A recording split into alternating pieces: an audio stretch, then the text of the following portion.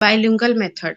तो बाइलिंगुअल रो माने होची कोन एई मेथड टा in this method two language are used दुईटा लैंग्वेज यूज करिके हमें पढुचे। तो मु जोटा कहिथिली कि स्पेशली हमें डायरेक्ट लैंग्वेज रे जोटा क्लास चलीची सेई लैंग्वेज सहित आ गोटे हमें स्पेशली मदर टंग रे यूज ही करूचे। जेमती के इंग्लिश क्लास चलीची इंग्लिश सहित आमे कौन करूचे ओडिया रे मु तुमको बुझाऊची मदर टंग रे। तो एटा दीटा लैंग्वेज रो यूज होला बोली बाइलिंगुअल मेथड। ठीक अछि। बाकी बाइलिंगुअल जेकोनोसी दीटा लैंग्वेज हेई पारिबो किंतु दुईटा हेबा जरूरी। मोस्टली डायरेक्ट लैंग्वेज जोटारे क्लास चलची सेईटा ता सहित मदर टंग रे बुझा जाए। Okay, so target language is that which we learn by mother tongue. देखि पारलो it can sorry in this method it is the combination of direct method and grammar translation method. एटा होची direct method जो पढ़ी कि मसिली आ grammar translation method जेमिति कि translate करी करी कि पढुथिले हमें यार एटा कॉम्बिनेशन ये सर नो एटा होची कोन ना बाइलिंगुअल मेथड बुझी पारुछ ना। इन दिस मेथड एटा होची कोन कॉम्बिनेशन ऑफ डायरेक्ट आ कोन तमरो ये रो मेथड समस्या मन रखि तो गोटे सेकंड वेट करो टिके।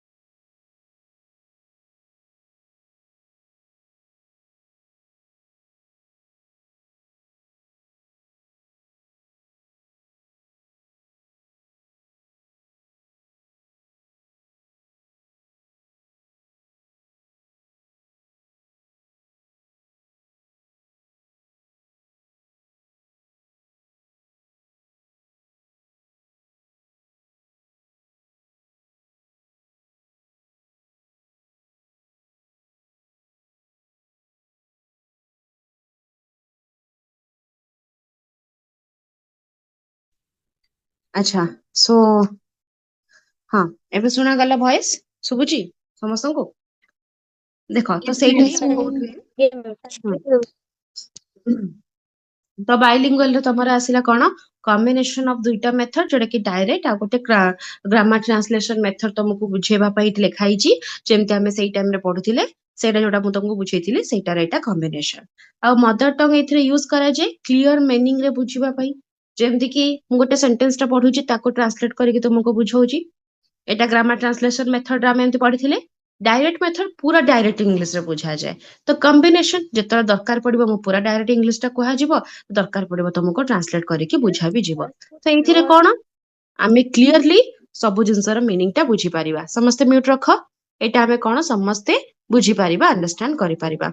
Used by only teacher not by student एटा कोन टीचर को द्वारा यूज करा जाए स्टूडेंट एथिरे यूज करंती किछि नाही स्टूडेंट को बुझा जाए से माने सुनंती आउ टीचर ही एथिरे यूज करके माने कि बाइलिंगुअल मेथड बा दुईटा लैंग्वेज यूज करके तुमको बुझांती।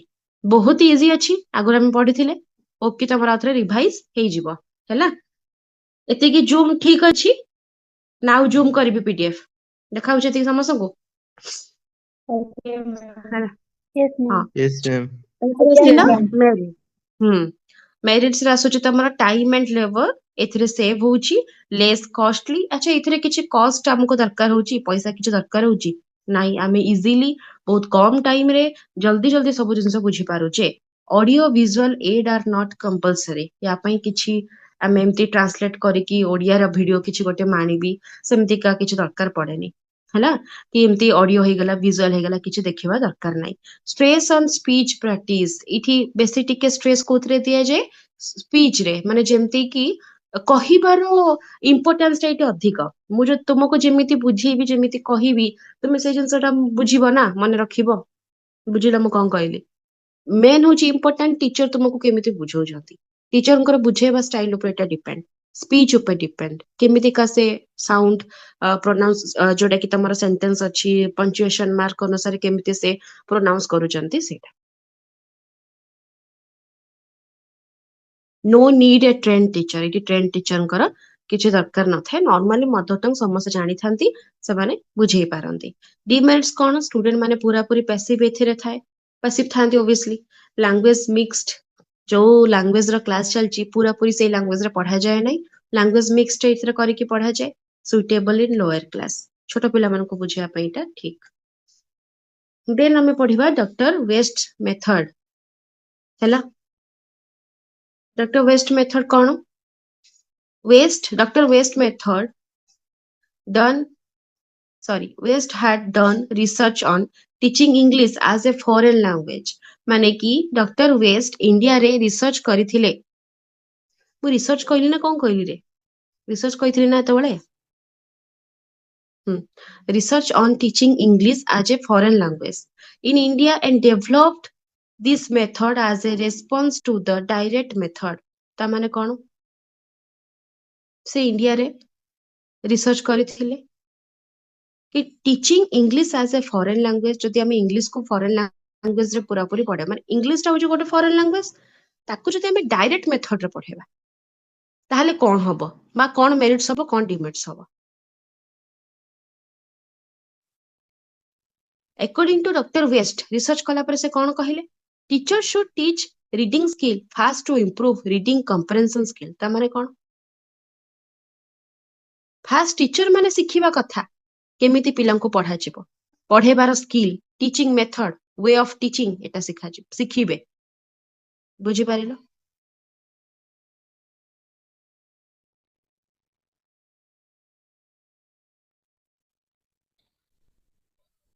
तो जेतेबेले से रिसर्च करिथिले इंडिया रे तो सेटा डायरेक्ट मेथड को से आहुरी डेवलप करिथिले बा डायरेक्ट मेथड को से सपोर्ट करिथिले से या कहिले जेहेतु इंग्लिश होची गोटे फॉरेन लैंग्वेज तो हमको इंग्लिश टा फॉरेन लैंग्वेज बा में सेही लैंग्वेज रे पढ़िले तो से भल से बुझी परिबो नाले केमती हबो माने कहिबार माने जेतला हमें हिंदी लैंग्वेज सिखुचे जदि मु तुमको ताथरे ओडिया टा मिसै देबी कि इंग्लिश टा मिसै देबी तार तुम माने भल से बुझी परिबोनी माने कि कहिबा कथा सेमिति पढ़ा जाए नाही एबे बुझी पारलो पॉइंट जो लैंग्वेज रे जहा जिंस अछि सेही लैंग्वेज रे सेटा पढ़ेबा कथा जेमती डायरेक्ट मेथड तो सेटा को से आहुरी रेस्पॉन्स करिकी आज method as a response to the direct method ता ऊपर से इंपोर्टेंस दिया जाउथिला बा दउथिले कि आहुरी रिसर्च करिकी सेही जिंसटा जानिले ए जिंसटा कहिले कि डायरेक्ट मेथड रे पढ़ेबा कथा जो लैंग्वेज रे पाठ जो लैंग्वेज रे ही पढ़े सेही लैंग्वेज रे पढ़ेबा कथा आ या पई टीचर माने स्किल्ड हेबा कथा ट्रेंड हेबा कथा नॉलेजेबल हेबा कथा ट्रेंड टीचर हेबा कथा ताहाले जायकी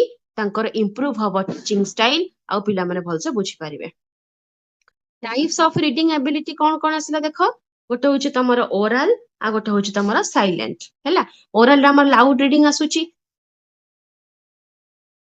जेमति कि स्टूडेंट को हमें बेसी रीडिंग करेबा ताहाले जायकी तारो सेंटेंस गुड़ाक से भलसे पढ़ी पारेबा आई एम रियली सॉरी पिला माने बहुत ही क्राउडेड साउंड होउतबा बट मु मजबूर अछि जेहेतु बहुत सारा मैरिज पार्टीज चलीछि साइड रे आगरे पछरे साइड रे हला माने घर रा चारि पाखरे चलीछि सो मु किछि भी करि पारिबिनी आई एम रियली सॉरी ठीक अछि आ जेहेतु आमे समस्त फैमिली रे रहुचे किछि ना किछि साउंड्स आसीबो so hope you adjust and understand आठु अधिक मु किछि कहि पारिबि ही नाही कोन करबा बुझिला हमको लागुची एमती ऑनलाइन क्लास टा मते एते बेरियर हे गलानी हम एमती हिमालय को जाई कि पढेला भले फील होची सेठी जाई कि पढेले ही हबो हां कि नहीं तो एटी तो नेटवर्क आसीबोनी कोन करिया ए भला सिचुएशन सो तो माने होप कि एडजस्ट करबो करि पारुथिबो कोन करबा हला देखो तो एटा होची आज्ञा मैम तमरो हाँ बहुत ही क्राउडेड अच्छी मु तांको कहूची पार्टी साइलेंट करो कौन करवा शीत दिन ना शुभ ही साइलेंट से मैंने कथा हेबे कि मु 3 घंटा हेलानी क्लास करूची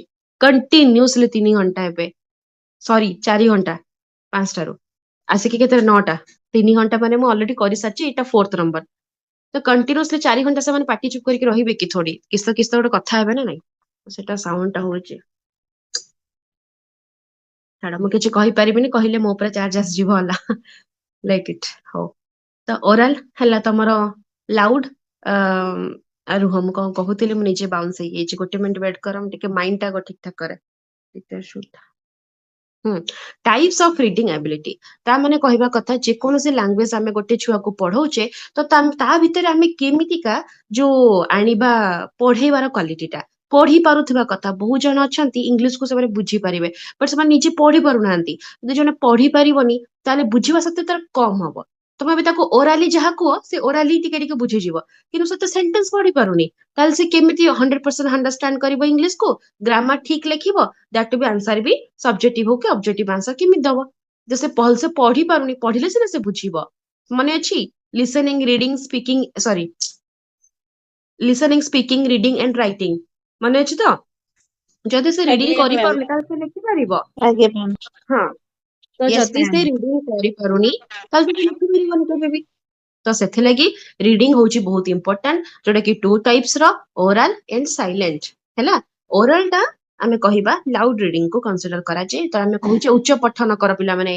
पढिले देखिया म कोन पढिली मो सते पढिलो नले मु गोटे सेंटेंस पढला परे से आ गोटे सेंटेंस टा पढिबो लाउडली पढिबो आ गोटे होची को साइलेंट जोटा कि नीरव पठन आमे कहूचे ओडिया रे आमे कहूचे ठीक अछि पिला माने मु तुमको बुझेइली तुम माने को पढेबा भी प्रैक्टिस कर दिले बे तुम निजे निजे स्लोली साइलेंटली पढो अरे तुम बुझी पारिबो ता मीनिंग टा मु जोटा कहली ठीक लिखा है कि नहीं तो सेटा भी तुम आसी गला साइलेंट तो to types row reading ability तापर डॉक्टर वेस्ट कहिले recommended on an essential vocabulary list of 2000 to 80 words which have been classified जोटा कि देखो तमरा टोटल एतिकिटा वर्ड्स को आमे क्लासिफाइड कर दोचे जेमति कि general words common environmental word essential word specific environmental word मन रख ई चारटा कैटेगोरीज रे आमे तमरा 2280 टा वर्ड को आमे टोटली क्लासिफाइड करूचे केमिति का मु बताउची जोटा कि बेसी करिके मेन आमे एसेंशियल वोकाबुलरी ऊपर माने डिपेंडेंट अच्छे एमिति देखिबाकू गले बहुत सारा वोकाबुलरी अछि बहुत सारा वर्ड्स अछि बट मेजर किछिटा आमे कंसीडर करिचे 2020 टा ताकू आमे केमिति का चारटा टाइप्स रो सिचुएशन रे यूज करूचे जेमिति कि general words day to day activity रे आमे जोटा यूज करूचे जनरल सॉरी रुह आंसर टा मु कहूनी तो मैंने आंसर तो बसित मु कह दिली सॉरी हो जनरल वर्ड्स आ गोटे होची common environmental word essential word specific environmental मते कहिलो कोटारे कोन गोटे वर्ड आसीबो माने एमती नॉर्मल वोकाबुलरी गुडा को कुह वर्ड गुडा को जनरल वर्ड्स में कोन यूज करबा जनरल वर्ड्स रे ma'am general word example table अच्छा हो देखो जनरल ना जनरल वर्ड्स रे ना तमर आसीबो एक्सीलेंट ब्यूटीफुल जनरल केमितिका देखो अलगा हला जनरल माने एक्सीलेंट ब्यूटीफुल ए सब वर्ड गुडा आसीबा कॉमन एनवायरमेंटल वर्ड रे कि आसीबो तमर एमती हेगला पेंसिल हेगला टेबल हेगला चेयर हेगला एगुडा को सब कॉमन एनवायरमेंटल माने कि एनवायरमेंट रे ही अछि कि कॉमनली हम डे टू डे लाइफ रे यूज करूचे हैला सेटा होजे कॉमन एनवायरमेंटल वर्ड जेटा कि पेंसिल और टेबल वाला आसिला हम कहली एसेंशियल वर्ड कोन निहाती दरकार गोटे सेंटेंस बनेबा पई माने कि हमें यूज करूचे प्राय तो सेटा तो सब्जेक्ट वर्ब ऑब्जेक्ट हमको जणा अछि बट एटा होची कोन ना एमती दैट हे गला इन हे गला द हे गला या बिना हम केमती सेंटेंस टाको कंप्लीट करबा दैट कि दिस जानि परने दिस कि दोस जानि परने ताले कोन हबो दैट इज योर बुक तो मु खाली कहि देबी your book is your book किछि अछि वर्ड नाही दैट ला लगे बरा एसेंशियल दरकार निहाती स्पेसिफिक एनवायरमेंटल वर्ड जोटा कि हमें स्पेसिफिक जगह यूज करूचे जेमति कि हेगला तमरा प्लांट हे गला गोटे पार्क हे गला बुझि पछ ना ए सब वर्ड गुड हम डेली यूज करछे डेली पार्क को तमे जाई बसछ कथा होछ पार्क टा हमें डेली करछे नहीं हमें कोडे कोन ए जो इवनिंग माने कोन सेटा विंटर सीजन रे एबे हमें कोन पार्क को जाउचे पिकनिक करूचे त हमें टिके एबे विंटर बेल को यूज करूचे हो कि नहीं सकाळ उठले राती बंद तमे पार्क रो यूज टा माने नौच जप करूच नहीं हैला स्पेसिफिक एनवायरमेंटल वर्ड एमती दिटा दिटा वर्ड एग्जांपल लिखि परिबो नले खाली चारटा पॉइंट लिखि दे तुमको मन रखिया पे बुझिया पे मु कहली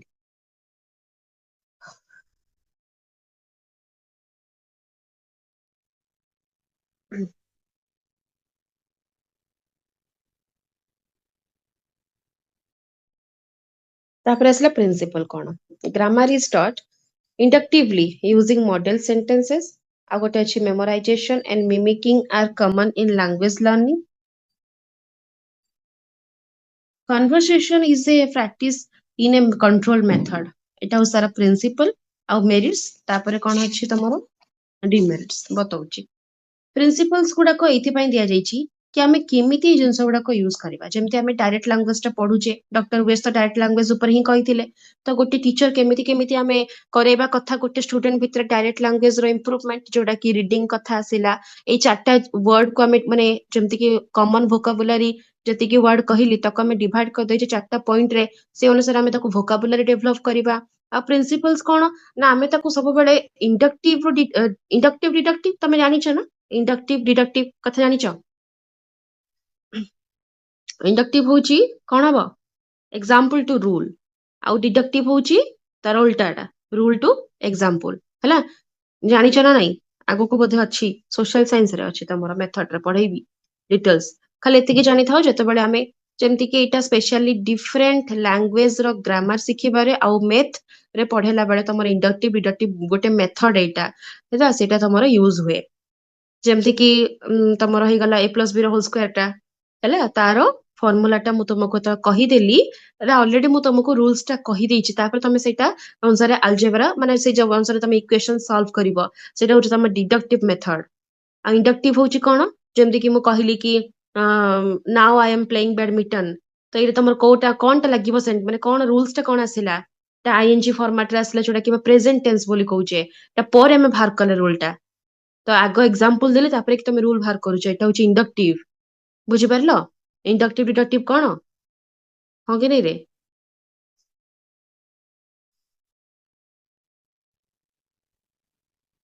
ତ ସେଇଟା ଆସିଲା ତମର ଗ୍ରାମାର ଟା କେମିତି ପଢାଯାଏ, ଇଣ୍ଡକ୍ଟିଭଲି ୟୁଜିଂ ମଡେଲ ସେଣ୍ଟେନ୍ସେସ୍, ବା ତମେ ମନେ ରଖିଥାଅ ଇଣ୍ଡକ୍ଟିଭଲି ଗ୍ରାମାର ପଢାଯାଏ ଇଣ୍ଡକ୍ଟିଭ ମେଥଡ ରେ, ଯୋଉଟା କି କଣ କହିଲି ଏକ୍ସାମ୍ପଲ ଟୁ ରୁଲ. ଆଉ କଣ ମେମୋରାଇଜେସନ ଆଣ୍ଡ ମିମିକିଂ କମନ ଗୋଟେ ହେଇଯାଏ. ଦେଖିବ ଚାଇଲ୍ଡ କିଛି ବୁଝିନଥିବ କିନ୍ତୁ ତମକୁ ନକଲ କରିକି ସବୁ ଜିନିଷ ମନେ ରଖିବ. ତମେ ଏମିତି ଲେଖିଥିଲ, ସେ ତମକୁ ସେଇଟା ଦେଖିକି ଫଲୋ କରିବ, ଲେଖିବ. ତୁମେ ଏଇଟା କହିଥିଲ, ସେ ସେଇଟା କହିବ. ଆଉ ସବୁ ଜିନିଷକୁ ସେ ମନେ ରଖିଦିଏ, ଘୋଷି ଦିଏ. ଓନ୍ଲି ମନେ ରଖିବା, ଭୋକାବୁଲାରୀ କେବଳ ଥାଏ ମନେ ରଖିବା. ଯେମିତି କି ଆମେ କହୁଛେ ଏ ଇ ଆଇ ଓ ୟୁ ଥିଲେ ଆମର ଆନ୍ ଲାଗିବ, କିନ୍ତୁ ଏକ୍ଜାକ୍ଟଲି ତମେ ଯେତେ ହାଇ ଷ୍ଟଡିଜ କରିବ ତମେ ଜାଣିଛ ସତ କଥାଟା କଣ. ଜାଣିଛ ନା ନାଇଁ ସମସ୍ତେ? ହଁ, ଗୋଟେ ଗୋଟେ ୱାର୍ଡ ରେ ନଥାଏ ଫିର ବି ଆମେ ଆନ୍ ଲଗାଉଛେ. ଏଇ ଆଇ ଓ ୟୁ ନଥିବ, ଆମେ ଆନ୍ ଲଗାଉଛେ. ତମେ ଜାଣିଥିବ ତାର ରିଜନ କଣ, ପଢିବ ଆଗକୁ. କଣ କହିଲ? ଜାଣିଛୁ।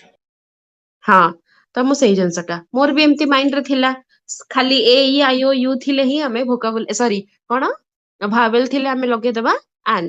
ବଟ ସତରେ ସେଇଆ କି? ନାହିଁ. ହେଲା, ତ ରିଜନ ତମେ ଜାଣିଛ କଣ?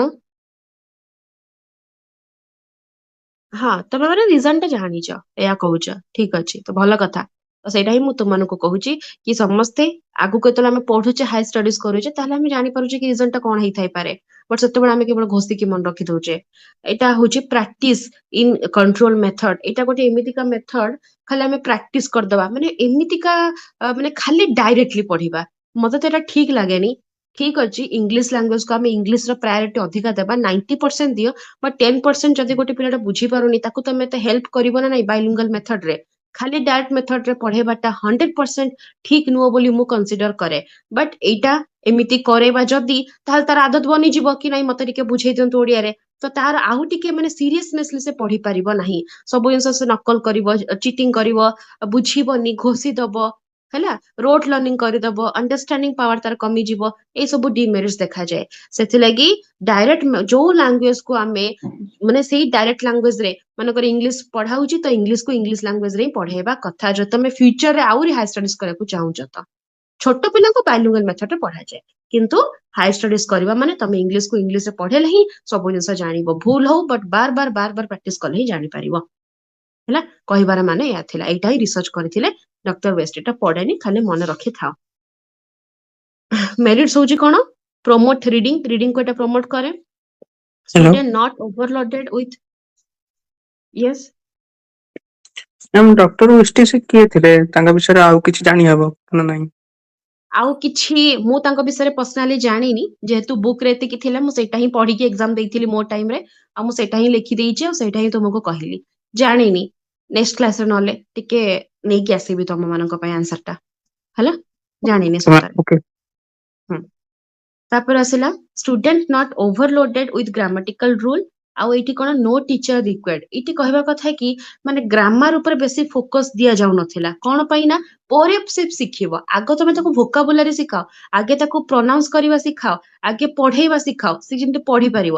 ଠିକ ଅଛି, ପଢେଇବା ଶିଖିବି କେତେବେଳେ? ସେ ଯଦି ଗ୍ରାମାରଟା ତାକୁ ମୁଁ ଛୋଟ ବେଳୁ ଶିଖେଇବିନି ତାହେଲେ ସେ ଭୁଲ କରିବ। ଦେଖିବ ତମେ ମାର୍କ କରିବ ଇଂଲିଶରେ ସବୁବେଳେ ଗ୍ରାମାର ଟା ପରେ ଶିଖାଯାଏ। ଆଗ ତମର କେମିତି ପିଲାଟା ପଢିପାରିବ, କହିପାରିବ, ଏମିତି ତମେ ଏ ଜିନିଷଟା ମାର୍କ କରିଛ ନା ନାଇଁ? କୁହାଯାଏ କି କିଛିଟା ଭୁଲ ମାଫ କରାଯାଏ। ତମେ ଆଗ କହିବା ଶିଖ, ଭୁଲ ହଉ ଚଳିବ, କହିବା ଶିଖ। ତ ସେଇଟା ଯଦି ଆମେ ଛୋଟରୁ ହିଁ ତାକୁ ଧରିବା ନାହିଁ ତାହେଲେ କି ତାର ଏଇ ଯୋଉ ଟେନ୍ସ କୁ ନେଇକି ପାର୍ଟ ଅଫ ସ୍ପିଚ କୁ ନେଇକି ପ୍ରୋବ୍ଲେମ ଆସିଯିବ। ଦେଖି ଗ୍ରାମାର ସବୁବେଳେ ପରେ ପଢେଇବାଟା ଠିକ ନୁହଁ, ଷ୍ଟାର୍ଟିଂ ରୁ ହିଁ ପଢାଯିବା କଥା। ହେଲା, ବୁଝିପାରୁଛ ନା ନାଇଁ ସବୁ ଜିନିଷ? ସେଥିଲାଗି ଆମର ଆଜିକା ଡେଟରେ ବି ମୁଁ କନଫ୍ୟୁଜ ସମାସ ବିଷୟରେ। ମୋ ଦୁନିଆରେ ସବୁ ଜିନିଷ ପଢିଦେବି ବଟ ସମାସ ମୋର ଆଜି ପର୍ଯ୍ୟନ୍ତ ବି କନଫ୍ୟୁଜ। ମୁଁ ଆଜି ବି ସେ ଅବୟ ସମାସ ପଢେ। ବାକ୍ୟ ବି ହେଇଯାଏ, ସବୁ ଜିନିଷ ହେଇଯିବ, କିନ୍ତୁ ସେଇଟା ହିଁ ମୋର ପ୍ରୋବ୍ଲେମ ହୁଏ। ବାକ୍ୟ ପରିବର୍ତ୍ତନ ବି କରିଦେବି, କିନ୍ତୁ ସେଇଟା ମାନେ ଓଡିଆର କଥା କହୁଛି। ଆଉ ଇଂଲିଶର ଗ୍ରାମର ବହୁତ ଇଜି ରାଦର ଦେନ ଓଡିଆ। ମୁଁ ଯେତିକି ଦେଖିଛି, ଜାଣିଛି, ପଢିଛି। ବାକି ହଁ, ଯଦି ତମେ ଓଡିଆକୁ ବି ଭଲସେ ପଢିବ ତାହେଲେ ବି ହବ। ମୁଁ ପଢେନି, ସେଥିପାଇଁ ହୁଏନି। ଏଟା ହଉଛି ମୋର ପ୍ରୋବ୍ଲେମ। ଏବେ ମତେ ହାର୍ଡ ଲାଗେ ଆଉ। ପଢିଲେ ତ ଇଜି ଲାଗିବ ହିଁ, ମୁଁ ପଢେନି, ମୋ ଭୁଲ ସେଟା। କଣ କରିବା? Demerit ignore speaking. ଆଉ କଣ ନା writing and listening skill. It is impossible to separate reading from understand. ତମେ ଗୋଟେ ଛୁଆଟାକୁ କହିବ ଠିଆ ହେଲୁ, ନିଜେ ପଢିଲୁ, ଆଉ ତାପରେ ବତେଇଲୁ କଣ ମିନିଂ ଟା, ସେ କଣ ଏମିତି ଅନେଇଥିବ, ମାନେ ଅଲଗା ପ୍ରକାର। ସେ ଟୋଟାଲି ଜାଣି ହିଁ ପାରିବନି କଣ କୁହାଗଲା, କେମିତି ବୁଝେଇବି, କଣ କରିବି। ଆଉ ଗୋଟେ କଥା ମାର୍କ କର, ତାକୁ ଆସୁଥିବ ମିନିଂ ଟା, ସେ କିନ୍ତୁ ବାଇଲିଙ୍ଗୁଆଲ ମେଥଡ ଆଲାଉ ନାହିଁ। ଖାଲି ଡାଇରେକ୍ଟ ଲାଙ୍ଗୁଏଜ ସେ କେମିତି ବୁଝେଇବ? ଏଇ ଜିନିଷଟା ତମମାନଙ୍କ ଭିତରେ ପ୍ରୋବ୍ଲେମ ହୁଏ କି ନାହିଁ? ମୋ ଭିତରେ ବି ହୁଏ। ମତେ ଆନ୍ସର ଆସୁଥାଏ। ଏବେ ଯୋଉ ରିସେଣ୍ଟ ମୋର ପିଜିର ଭାଇବା ଥିଲା, ମୁଁ ଯାଇଥିଲି, ମତେ ପଚାର ହଉଥିଲା ଡିଫରେନ୍ସେସ୍ ଟା କଣ। ମତେ ସତରେ ଆସୁଛି, କିନ୍ତୁ ମୁଁ ଇଂଲିଶରେ କହିପାରିଲିନି। ମାନେ ଗୋଟେ କ୍ୱେଶ୍ଚନ ଆନ୍ସରଟା ଆସିଲାନି, ଆଉ ସବୁ ଗୁଡାକ ଆସିଲା। ଇଂଲିଶରେ ହିଁ କହିବାକୁ ପଡେ। ଆଉ ତମେ କଣ ପିଜି ଲେଭେଲ ହେଇକି ଓଡିଆରେ କହିବ କି? ହିନ୍ଦୀରେ ବି ତ କହିହବନି। ଆଇଦର ମାନେ ଚୁଜ କରିବାର ଥାଏ, ହିନ୍ଦୀ ୟା ଇଂଲିଶ ଦିଟାରେ। ତ ମୁଁ ଇଂଲିଶ ହିଁ ଚୁଜ କରିଥିଲି। ମତେ ଲାଷ୍ଟରେ ଆସିଲାନି। ମୁଁ କହିଲି କି ଛାଡିଦେବି, ଜିରୋ ମିଳିବ, କହିଦିଏ ହିନ୍ଦୀରେ, ଯାହା ହବ ଦେଖାଯିବ, କାଟିଲେ କାଟିଦେବେ ଆଉ। तो मत कि गोटे क्वेश्चन पचारे ना कि आप सब इंग्लिश में बोले, ये कि ओडिया हिंदी में बोले, पचारे से क्वेश्चन टा बुझीपार कथाटा। तो यहाँ हूँ कौन ना आम जानी आंसर कि जेहेतु केवल डायरेक्ट लैंग्वेज रे पाठ पढ़ुचे से आमको एक्सप्लेन करवा आंसर देवा ये सब असुविधा हो जाए। चाइल्ड इनिशिएटिंग करेनि किसी आंसर देवा है। तो बेसिकली कहवाक गले डॉक्टर वेस्ट गोटे पार्ट जेहेतु तुम बुक रे तुमको पढ़ेली तो केबे भी एग्जाम रे आसे ही ना 99% आसे ही ना है। किंतु एतिकी मन रख डॉक्टर वेस्ट डायरेक्ट मेथड को प्रमोट करथिले, रिसर्च करथिले ता ऊपर, आ से कहिले कि डायरेक्ट मेथड रे पढ़ेले एमते एमते सब बेनिफिट्स हबो, माने कि डिपेंड हबोनी छुआटा। ठीक अछि, छोटरू ही सब जिंस से सिखिबो। तो जो लैंग्वेज को जो लैंग्वेज रे पढ़ेबा कथा। या पई ट्रेन टीचर दरकार, केतेबेले कहले दरकार नहीं, केतेबेले से मन इच्छा कोन कोन सब कहि दउचंदी हैला। किंतु एटा मन रखिथो, सबु बेले डायरेक्ट जिंस लिखिबो कोन ना डायरेक्ट मेथड को हमें डायरेक्ट लैंग्वेज रे ही पढ़ेबा कथा। बिकॉज से इंडिपेंडेंटली पढ़िबो, सब जिंस स्टार्टिंग रु बुझिबो, like listening, speaking, reading, writing, चारटे जक स्किल तार डेवलप हबो। आ ग्रामर भी छोट बेलू पढ़ा जिवो, वोकाबुलारी भी, प्रोनाउंसिएशन, इंटोनेशन, सब जिंस केमी तार वॉइस रो पिच अप हबो, डाउन हबो, सब जिंस पढ़ा जिवो। कोडा को केमते से प्रोनाउंस करिवो, पंक्चुएशन मार्क रिलेटेड ताकू समराइज करके तुमको बुझेइबो। ए सब से तुम निज हिसाब रे ही लिखिबो जदी पढ़िला तो हैला। बुझी पारलो? अगर अछि तमरो oral, situational and structural approaches.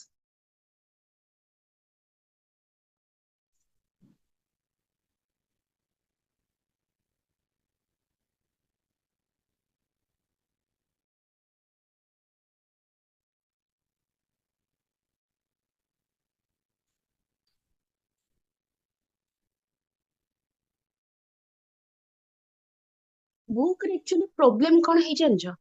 Book रे तमने जो इंग्लिश बुक टा मु देखि जेति कि माने गोटे अजथा सतरे, माने मु पूरा माने ओपनली कहूचे, माने गोटे अजथा गोटे फालतू, माने किछि गोटे नाही सेतरे। माने पिल्लांको तमे रॉन्ग इन्फॉर्मेशन काहे कि दबो? मु सेटा ही बुझी पारेनी। गोटे जिनसरे डॉक्टर वेस्ट कहूची कि कौन से कहिथिले, तमे निजे देखो मेरिट्स रे, देखो मेरिट्स लिखा हिच देखो, नो टीचर रिक्वायर्ड हला। अच्छा टीचर रिक्वायर्ड नुह तो से सब शिखिबो केमतिका? मु सेटा बुझी पारुनी। शिखिबो केमतिका? मो कथा बुझी पारुछ? मो को पॉइंट ता कहले जानि पाले कि नै समस्ते? ଯଦି ଟିଚର ରହିବେନି ତାକୁ ଶିଖେଇବ କେମିତିକା ଭୋକାବୁଲାରି ବି ତା ଡେଭଲପ କେମିତି କରିବ ଅଟୋମେଟିକ। ଯଦି ଅଟୋମେଟିକ ତମେ ସେ ଲେଖିଲନି ଏନଭାରमेंट ରୁ ସେ ଶିଖିବ, ଏନଭାରमेंट ରୁ ବି ଶିଖୁଛି ହଁ କି ନାଇଁ। ଏବେ ଓଡିଆ ଲାଙ୍ଗୁଏଜ ଟା ତମେ କଣ ଗ୍ରାମାର ସବୁ ଜାଣିଛ ଏଥିରେ ନାହିଁ, ବଟ୍ ଫିର ବି ପ୍ରମ୍ପଟଲି ଓଡିଆ କହୁଛ କି ନାଇଁ। ମେଥଡ ଡକ୍ଟର ୱେଷ୍ଟ ମେଥଡ ସେଇଟା ମିନିଂ ଥିଲା କି ସେ ଗ୍ରାମାର ପରେ ଶିଖୁ ଚଳିବ, କିନ୍ତୁ ତାର ଭୋକାବୁଲାରି ଟା ଆଗ ତମେ ଶିଖେଇ ଦିଅ, ସେ କେମିତି କହିବା ଶୁଣିବା ଏଇ ସବୁ ତାର ଡେଭଲପ ହେଇଯିବ, ରିଡିଙ୍ଗ ବି ହେଇଯିବ ଡେଭଲପ।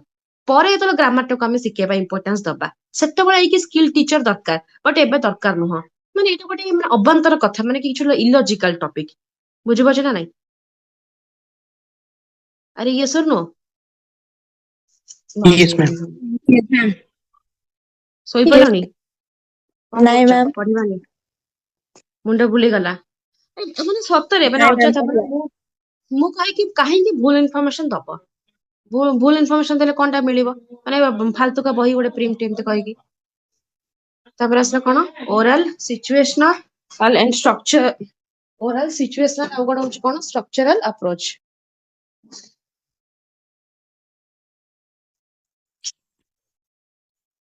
Hello. କଣ ୟେସ୍ ହ୍ୟାଲୋ। ହଁ କୁହନ୍ତୁ। ଆଜ୍ଞା, ସେ ଯୋଉ ମେଥଡ ଟା ପଢୁଥିଲେ ସେଥିରେ କଣ ଟିଚରଙ୍କ ପ୍ରେଜେନ୍ସ ରହିବନି ନା ଟିଚର ପ୍ୟାସିଭ ରହିବେ? ଯୋଉ ମେଥଡ ଟା ପଢଉଥିଲେ ସେଥିରେ ଟିଚର ପ୍ୟାସିଭ ରହିବେ ୟା ଆକ୍ଟିଭ ରହିବେ? ଆଜ୍ଞା, ମାନେ ସେଥିରେ ବୋଥ ଅଛି ତ ରହିବେ। ମେନସନ ଯେ କି ନୋ ଟିଚର ରିକ୍ୱାର୍ଡେଡ। ସେଇଟା ହିଁ ମୁଁ କହୁଛି, ବୋଥ ରହିବେ। ଦେଖ ଆମେ ପା ଟୋଟାଲି ହଟେଇ ଦେଇ ପାରିବାନି, ଗୋଟେ ଟିଚରଙ୍କର କାମ କିଛି ରହିବନି କ୍ଲାସ ରେ, ଏଇଟା କେମିତି ପସିବୁଲ। ମାନେ ଟିଚର ଯିବେ ଖାଲି ବସିଯିବେ ତୁମେ ମାନେ ସବୁ କରିଦବ, ନାହିଁ କଣ ପାଇଁ। ଏଇଥିରେ ଦେଖ ଶୁଣ ଭଲସେ ଶୁଣ, ଡକ୍ଟର ୱେଷ୍ଟ ମେଥଡ ଭଲ ମୁଁ ମନା କରୁନି, କିନ୍ତୁ ତାର ସଠିକ ପଏଣ୍ଟ ଗୁଡାକ ଦିଆହେଇନି, ଯୋଉଟା କି ମୁଁ ତୁମକୁ କହିଲି ତମେ ସେଇଟା ଲେଖିଦବ ସଠିକ ପଏଣ୍ଟ ଗୁଡାକ। କଣ କଣ ଆଉଥରେ କହୁଛି ଶୁଣ, ଇଣ୍ଡିପେଣ୍ଡେଣ୍ଟଲି ଚାଇଲ୍ଡ ଲର୍ନିଂ ଶିଖିବ, ଭୋକାବୁଲାରି ଶିଖିବ ବା ରିଡିଙ୍ଗ ଶିଖିବ ଯୋଉଟା ଆମେ କହୁଛେ ହେଲା। ତ ନିଜେ ନିଜେ ସେ ଶିଖିବାକୁ ଟ୍ରାଏ କରିବ, ସେଥିପାଇଁ ଟିଚର ଏଥିରେ ଟିକେ ପ୍ୟାସିଭ ରହିବେ ସେଇ ଟାଇମରେ। ଯେତେବେଳେ ଗ୍ରାମାର ଆଜି ନହେଲେ କାଲି ସେ ଶିଖିବ ନା ନାଇଁ, ଫାଷ୍ଟରେ ତାକୁ ଗ୍ରାମାର ଇମ୍ପୋର୍ଟାନ୍ସ ଦିଆହେଲାନି, ପରେ ଯେତେବେଳେ ସେ ଗ୍ରାମାର ଟା ଶିଖିବ ଧୀରେ ଧୀରେ ଲେଖିବା ଯେତେବେଳେ ସେ ଷ୍ଟାର୍ଟ କରିବ ସେତେବେଳେ ଟିଚରଙ୍କ ରିକ୍ୱାରମେଣ୍ଟ ରହିବ। ତ ଟିଚର ବୋଥ ପ୍ୟାସିଭ ଆଉ ଆକ୍ଟିଭ ଏଥିରେ ରହିବେ, ଚାଇଲ୍ଡର ବି ସେମିତି ବୋଥ ପ୍ୟାସିଭ ଆଣ୍ଡ ଆକ୍ଟିଭ ରହିବ। ଏବେ ଜାଣିପାରିଲ କଣ କହିଲି ମୁଁ, ବୁଝିପାରିଲ କଥାଟା। ଆଜ୍ଞା। ଏତିକି ଯଦି କଥା, ଡିମେରିଟରେ ପୁଣି କହିଲା ignore speaking, writing and listening skill. Fast pass reading ଉପରେ ଇମ୍ପୋର୍ଟାନ୍ସ ଦେଲା, ସେଥିଲାଗି ଏଇଟା ଡିମେରିଟ ହେଇଗଲା। ଏବେ ଜାଣିପାରିଲ କଣ ପାଇଁ ଲେଖା ହେଇଛି। ପରେ ପୁଣି ଅଧାରୁ ଛଡା ହେଇଯାଇଛି ଏଇଟା, ପରେ ପୁଣି କଣ ହବ, ଯେତିକି ତମର ବୁକ ରେ ଯାହା ଲେଖା ହେଇଛି ନା ମୁଁ ଆଉ କଣ କରିପାରିବି। ଯେ ତାପରେ ଯେ ଆଉ ଗୋଟେ କଥା କଣ ନା, ଯେତେବେଳେ ପରେ ତାକୁ ହାଏଷ୍ଟ କ୍ଲାସ କୁ ସେ ଯିବ ସେତେବେଳେ ଦେଖିବ ତାର ଗ୍ରାମାର ଟା ଉପରେ ପୁରା ପ୍ରେସରାଇଜ କରାହଉଥିବ। ଆଉ ତମେ ତାକୁ ପାର୍ଟ ଅଫ ସ୍ପିଚ ଟା ଛୋଟ ବେଳୁ ଶିଖେଇବ, ମାନେ ମୁଁ କହୁନି କି ଶିଖେଇଦବ ତମେ ଆଡଜେକ୍ଟିଭ ଆଡଭର୍ବ ସବୁ ଜିନିଷ, ନାଉନ ପ୍ରୋନାଉନ ଷ୍ଟାର୍ଟିଂ ରୁ ଶିଖାଅ ନା, ଷ୍ଟାର୍ଟିଂ ରୁ କଣ କେମିତି ପିଲାଟା ରିଡିଂ କରିବା, ରିଡିଂ ଟା କେତେବେଳେ କରିବ, ତା ମିନିଂ ଟା ବୁଝିବ କେତେବେଳେ, ସେ କୋଉଟା ଇଡି ଲାଗିଛି, ଆଇଏନଜି ଲାଗିଛି, ୱିଲ୍ ବି ଲାଗିଛି, ସାର୍ ବି ଲାଗିଛି, ତା ମିନିଂ ଟା ସେ ଜାଣିବ କେମିତିକା। ଆମେ ତାକୁ ଛୋଟ ବେଳୁ ହିଁ ଧୀରେ ଧୀରେ ଶିଖେଇବା ନା, ସେ ଅନୁସାରେ ତମେ ତାକୁ ଲେଖାଅ। ସେଇଟା ହିଁ ହଉଛି ପ୍ରୋବ୍ଲେମ, ବୁଝିପାରିଲ ଏବେ। ଫାଷ୍ଟ ରିଡିଂ ଟାକୁ ଇମ୍ପୋର୍ଟାନ୍ସ ଦିଆଗଲା, ଏଥିପାଇଁ ଏଇଟା ଡିମେରିଟ୍ସ ହେଇଗଲା, କିନ୍ତୁ ତାପରେ ସବୁ ଯାକକୁ ଇମ୍ପୋର୍ଟାନ୍ସ ଦିଆଯିବ। ମନେ ରଖିଥାଅ, ଗୋଟେ ଲାଙ୍ଗୁଏଜ ରେ ଯଦି ଆମେ ଚାରିଟା ଯାକ ସ୍କିଲ୍ ଶିଖିନେ ତାହେଲେ ତମେ ଲାଙ୍ଗୁଏଜ ପୁରା ପୁରି ଶିଖିନାହଁ, ସେ ଲାଙ୍ଗୁଏଜ ତମର ଅଧୁରା। ସେ ଓଡିଆ ହଉ, ଇଂଲିଶ ହଉ, ହିନ୍ଦୀ ହଉ, ସଂସ୍କୃତ ହଉ, ଯାହାବି ହଉ ହେଲା। ଜାଣିଲ କଥାଟା, ବାସ୍ ଏତିକି ମନେ ରଖ। ଆଉ କାହାର କିଛି ଡାଉଟ ଅଛି କି ପଚାରିବ। ହ୍ୟାଲୋ। ହଁ ମେରିଟ ରେ ଦେଲା ନୋ ଟିଚର ରିକ୍ୱାର୍ଡେଡ, କିନ୍ତୁ ଡିମେରିଟ ରେ ଦେଲା କି teacher should required to explain meaning. ଏଟା କେମିତି ପସିବଲ ହବ? Teacher should require to explain meaning, ହଁ ମିନିଂ ଏଟା ଦେଲା ସେଥିରେ ଡିମେରିଟ ରେ। ହଁ ଏଇଟା ପୁରା ଡିମେରିଟ୍ସ ରେ ହେଇଗଲା, ସେଇଟା ମୁଁ କହିଲି କିନ୍ତୁ ନା। ମେରିଟ୍ସ ଦେଲା ଟିଚର ନଟ ରିକ୍ୱାର୍ଡେଡ। ହଁ ହଁ, ମେରିଟ୍ସ ହଉଛି କଣ, ଏଇଠି କଣ ଦେବା କଥା କି ମେରିଟ୍ସ ରେ ଟିଚର ହଉଛନ୍ତି ରିକ୍ୱାର୍ଡେଡ, ହଁ କି ନାଇଁ, ସେଇଟା ଦେବା କଥା କି ଟିଚର ରିକ୍ୱାର୍ଡେଡ। ସେଇପାଇଁ ଭଲ ସେ ଡିଫରେନ୍ସ ଟା କ୍ରିଏଟ କରାହେଇନି। ଆଉ ଏଇଟା ଯେହେତୁ ମୋର 2-3 ବର୍ଷ ତଳର ନୋଟ୍ସ ଟା, ସେଥିଲାଗି ସେଇଟା ଯାହା ଲେଖା ହେଇଥିଲା ମୁଁ ସେ ଜିନିଷଟା ଏଇଠି ଲେଖିଦେଇଛି ହେଲା। ମୁଁ ନିଜେ ବି ତାପରେ ଚାଷ କରିକି ଆଉ ଲେଖିନି, ତ ବ୍ୟସ୍ତ ହୁଅନି। नेक्स्ट क्लास रे मु गोटे काम करूची वेस्ट मेथड खोजिबी यूट्यूब रो जदी मते मिलिवो मु आनिकी तुमको देखैबी किंतु यार मीनिंग टा उल्टा अछि एठी देखो कोन लेखा हबो ना मेरिट्स लेखा हबो कि टीचर रिक्वायर्ड एटा लिखि पारिबो तमे कि पार्टिसिपेट से माने आधा आधा करिवे माने कि जेमति पैसिव गोटे जगह रहिबो रीडिंग कला बेले कोन जते बेले स्टूडेंट टा रीडिंग करूची जोटा कि ओरल आउ तमरा लाउड कहली कि नहीं लाउड आउ साइलेंट रीडिंग जते बेले से करूची टीचर एथिरे कोन करिवे पैसिव रहिबे पुन जने से तो भूल कर देला ताको माने बुझेबे कि नहीं सेते बेले टीचर रिक्वायरमेंट रहिबो कि नहीं न रहले केमति हबो एटा को तमे बैलेंस करके लिखिबार थिला मेरिट्स रे से कल डायरेक्ट कहि देछि कि नहीं नो रिक्वायर्ड दरकार नहीं टीचर एटा होची असुविधा बुझी पाला कथाटा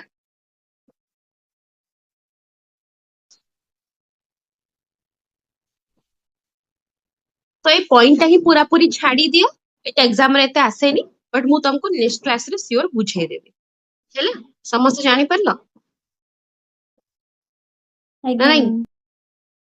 छाड़ी एटा होल्ड रखी देता नेक्स्ट क्लास रे कहबे नेक्स्ट आसना देखो ओरल सिचुएशनल स्ट्रक्चरल अप्रोच एठी देखो कोन अछि ओरल मेथड तमे जानि छ जोटा कि हमें ओरली कम्युनिकेट करूचे ओरल पचारुचे question what is your name where are you from ठीक अछि एटा हला ओरल कथा जोटा कि लिखिबो कोन निजे ही लिखिबो किछि असुविधा नै कोन जिंस को फॉलो करिबा मीनिंग बुझौची सेटा लेख ओरल टा स्पेशली छोट पिला माननको बा प्राइमरी लेवल रे ओरल अप्रोच पाठ पढ़ा जाय बिकॉज चाइल्ड रो कहिबा शक्तिटा बा लैंग्वेज रो आमे कहिबा फ्लुएंसी अधिक थाए तो से सब जिंस को कहिबा को प्रिफर करे रेदर देन लेखिबा अल्प समय भितर से बहुत किछि जिंस मन रखी कि संगे संग तुमको आंसर भी देई परिबो तो एटा केवल प्राइमरी बा आमे कहिबा जमर nursery pre nursery KG 1 KG 2 1 class पर्यंत ठीक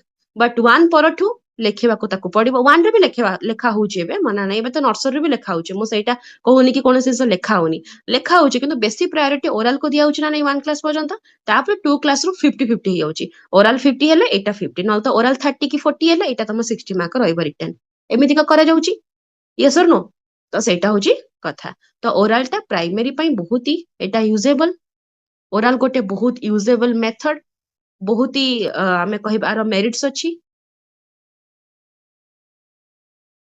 चाइल्ड रो मेमोराइजेशन स्ट्रांग रुहे चाइल्ड अंडरस्टैंड करे क्वेश्चन को सेते पे आंसर टा भी ठीक दबा शॉर्टली आंसर दिए तो easy to speak vocabulary learn करे इथिरे स्पेलिंग भी याद करे तो हम पचार ठीक अछि स्पेलिंग कहिलु कोन हबो 5 वेजिटेबल्स नेम से कहला तापर कि तमे ताको स्पेलिंग भी पचारछ स्पेलिंग भी सेतिर कहबो सब जे से फटफट की मन रखिबो ओरली तो तमे ताको कहिछ पढेबा पाई तमे ताको तो कहिदबो लेखिकी देखैलु से ताको आसुथिबो ओरली पर से रिटन तार देखियो भूलभाल हबो से लेखिबो भी नाही एमती पूरा को बहुत ही बोरिंग लागे आको माने स्पेलिंग रे भूल होई जिवो आ ताको लेखिया बहुत कष्ट से पे साइलेंटली एमती बसथिबो देखिबो तमे मार्क करिवो बुझिबाजो कथाटा ओरल कथाटा जानला कोन रिटन कथाटा लेखिबोनी एतरा दिया हैनी ताल तुम जस्ट बुझेइली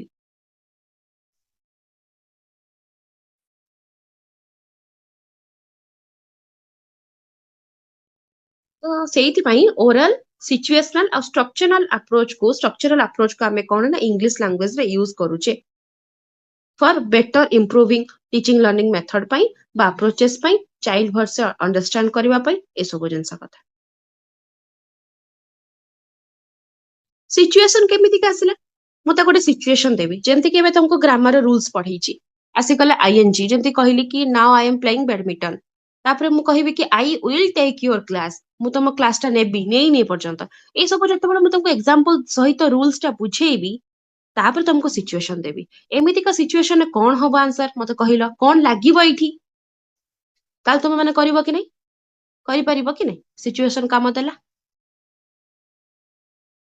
स्ट्रक्चरल अप्रोच तीनिटा को जदि कंपेयर करबा स्ट्रक्चर बहुत इंपोर्टेंट जदि मु तुमको आंसर बतेइनी बा हमें कहिबा जो रूल्स बतेइनी स्ट्रक्चरली फॉर्मेट रे बतेइनी पार्ट ऑफ स्पीच रे स्टार्टिंग नाउन प्रोनाउन करा जिवो तमे स्टार्टिंग कर दबो मु कहिबी कंजक्शन तो कोन बुझिबो हे परिबोनी बुझिबाला कथाटा तो सेथि लागि स्ट्रक्चरल अप्रोच सब इंस structure format step format processing 1 पर 2 2 पर 3 3 पर 4 एमति का वाला रहिबो सेथि पय को जायछि देखो लॉजिकल अरेंजमेंट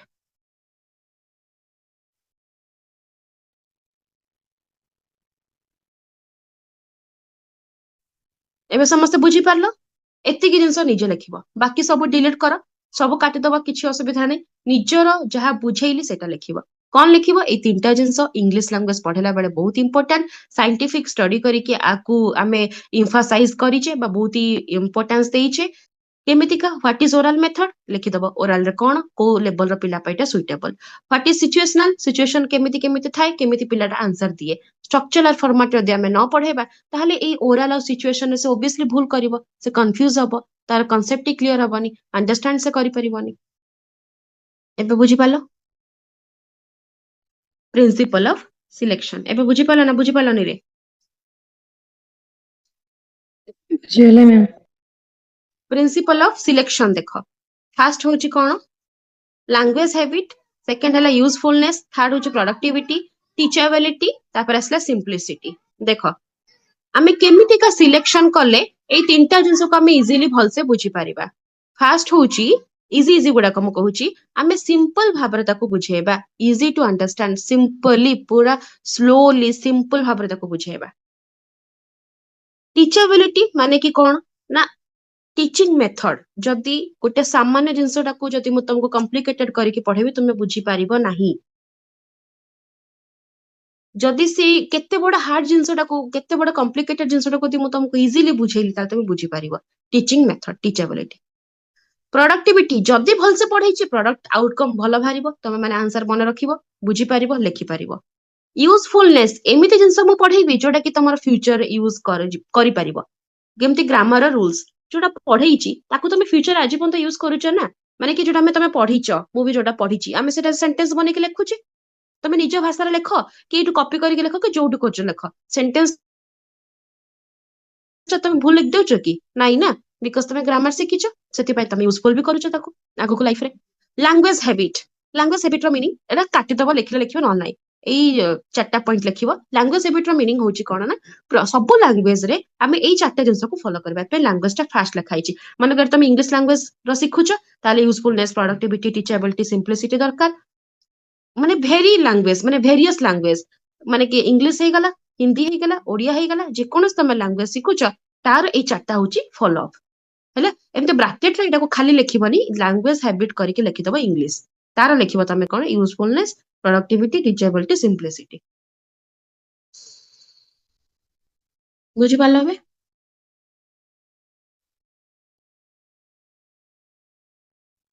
आज्ञा मैम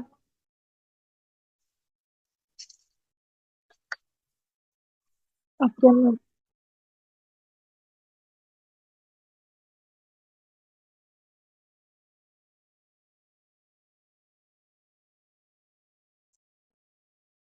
डायग्नोस्टिक्स रे से जिंस कहला देखो ग्रामर कंपोजिशन रीडिंग लेसन तीनटा ऊपर आमे इंपोर्टेंस दउचे जेतेबेले आमे पढौची इंग्लिश तुमको मु पढौची ग्रामर ऊपर इंपोर्टेंस दउची कंपोजिशन ऊपर को टॉपिक टा पढौची एटा प्रोज पढौची पोएट्री पढौची डिटेल नॉन डिटेल ना कोन आ रीडिंग लेसन से अनुसार मु तुमको केमिति रीडिंग करूची आउरी बहुत किछि हबो जदि लेखिबा को चाहूछ लेखि परिबो grammar vocabulary punctuation mark pronunciation intonation लेखिया को चाहूछ तो लेखि परिबो ए आ ऊपर भी आमे ध्यान दउचे ए पांचटा जाको इंपोर्टेंट बुझिलो पांचटा की चारटा कहली तो इंपोर्टेंट मैम आउथरे टिके हाँ लेखो ग्रामर वोकाबुलारी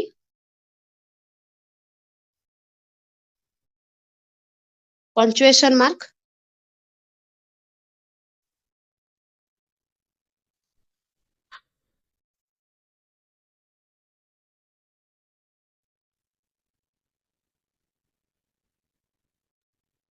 प्रोनाउंसिएशन और असला इंटोनेशन INTOTATION तमे थर्ड सेमिस्टर एटा पढिबो डिटेल्स अछि इंटोनेशन माने मु कहि दउची तमे गोटे सेंटेंस बा गोटे पोएम गोटे प्रोज सेंटेंस तो छाड़ो गोटे प्रोज बा गोटे पोएट्री को पोएम को तमे हाँ पोएम को तमे केमिति का पढुच लाइक तमर वॉइस रो पिच अप एंड डाउन कोठी तमे टिके स्ट्रेस नै कि अधिका जोर से पढुच कोठी टिके स्लो हो जाउच तो जो स्वर ताल लय रे पढिबा हैला ताकू कहा जे इंटोनेशन बुझि